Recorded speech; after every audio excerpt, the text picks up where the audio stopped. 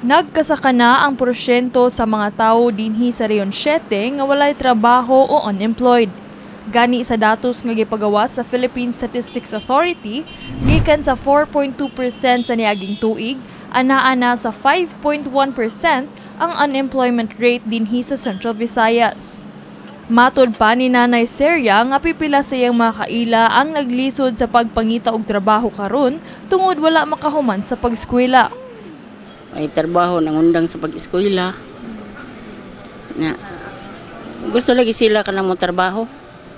Maglisod pa sa kuan ba kay kaning kulang pa sila sa mga kuan gani sa ilang grado ba pa ka-graduate.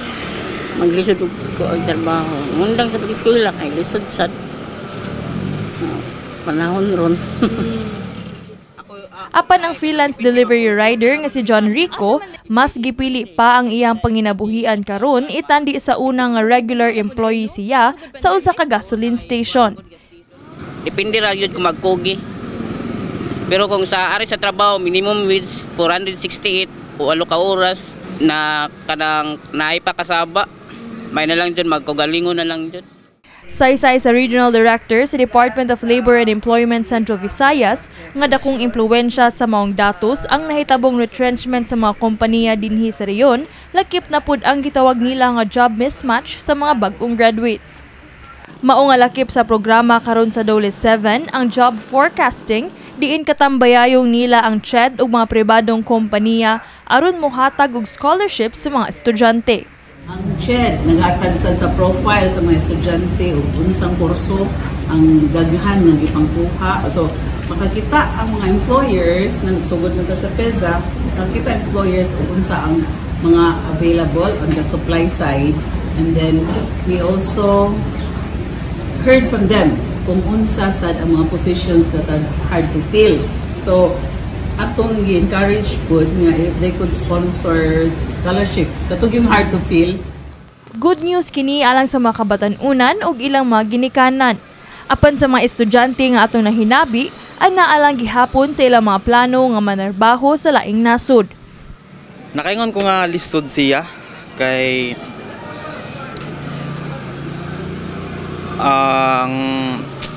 kay bawon natakaron sa panahon like need nila like college graduating ana. So if makakuha na ko experience or like na ko experience at least bisag 2 years to 3 years lang pwede ako abroad siguro.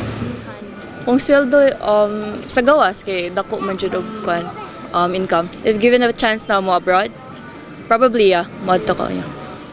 Sa laing bahin, karong umaabot Mayo 1 na ang pagtimaan sa Labor Day ug subay niini dunay local ug overseas job fair nga ipahigayon ang DOLE dinhi sa Central Visayas.